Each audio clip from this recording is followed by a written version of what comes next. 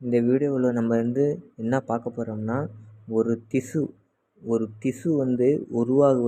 உருவாகி இந்த பிரபஞ்சத்தில் உயிர் பெற்று ஒரு மனிதனாக உருவம் பெற்று வாழ்கிறத பற்றி, அந்த 10 மாதத்தில் என்னென்னலாம் நடக்கும் அந்த திசுக்கு என்பது இந்த வீடியோவில் முழுசாக பார்க்கலாம். வாங்க வீடியோக்குள்ளே போகலாம். இது ஒரு எஜுகேஷ்னல் பர்பஸுக்காக தான் சொல்கிறோம், ஓகேவா?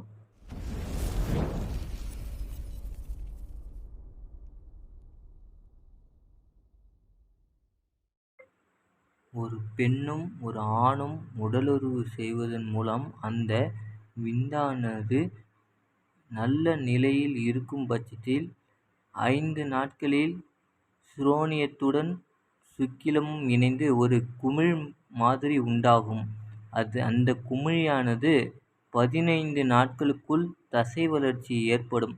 அந்த தசை வளர்ச்சி அதிகரிக்கும் நேரத்தில் 20வது நாட்களில் மென்மேலும் தசைகள் வளர்ச்சி உண்டாகும். கருவுற்ற 30 நாட்களில் பஞ்ச பூதங்களால் சேர்க்கை ஏற்படும். கருவுற்ற 2வது மாதத்தில் உடலுக்கு உரிய தோலானது உருவாகத் துவங்கும்.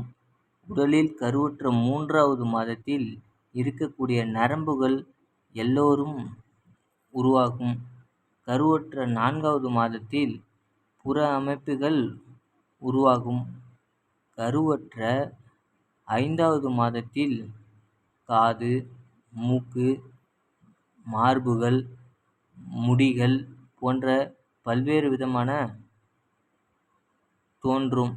கருவுற்ற 6வது மாதத்தில் கழுத்து, தலை உருவாகும்.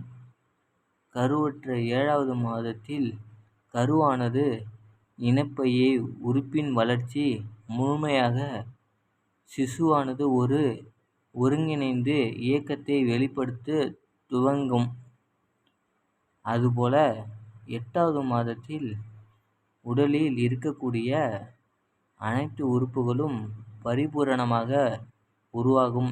சிசுவின் உடலில் ஒரு ஜென்ம வினை பதிவுகளுக்கு ஏற்ப உயிரானது ஆன்மாவானது செலுத்தப்படுகின்றது.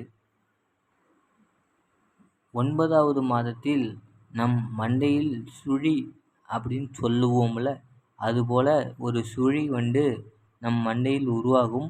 நாடியின் மூலம் உருவாகும் சிசுவானது அடைகிறது. 10வது மாதத்தில் ஒரு தாய் கருவறையிலிருந்து வந்த குழந்தையானது தன்னுடைய பாதங்களால் உதைத்து அந்த கருவறையை பிஞ்சு திறக்க முயற்சிப்பதால் தாய்க்கு பிரசவ வலி ஏற்படும். இப்போது நாம் பார்த்து கொண்டிருப்பது அந்த திசுவின் நரம்புகள் உருவாகி அது மேலும் மேலும் நரம்புகள் வளருகின்றது. பிறகு அந்த நரம்பானது தலை, கண், கை, கால் போன்ற பல்வேறு இடங்களில் நரம்புகள் வளர்கிறது. பிறகு அந்த குழந்தை ஆரோக்கியமாக கருவறையில் இருக்கும். பிறகு அந்த குழந்தை வளர்வதற்கு நம் தாய் ஆரோக்கியமாக எடுத்துக்கொள்ளும் உணவுகள் அந்த குழந்தையை போய் தொப்புள்கொடி வழியாக சென்றடையும். அந்த குழந்தை சுவாசிப்பது போன்ற உணவு போன்று பல்வேறு விதமான உணவுகளை எடுத்துக்கொள்வது தொப்புள்கொடி வழியாக மட்டுமே.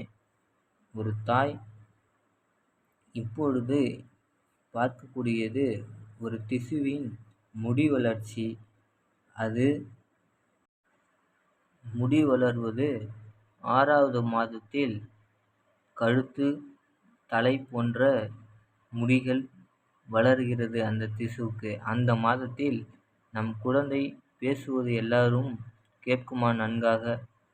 அதுக்கப்புறம் 10வது மாதத்தில் அந்த கர்ப்பப்பை என்பது குழந்தையை ஒரு திசு தன்னுடைய கால்களால் உதைத்து அதை உடைத்து பிறகு அந்த பெண்ணிற்கு பிரசவ வலி ஏற்படுகிறது.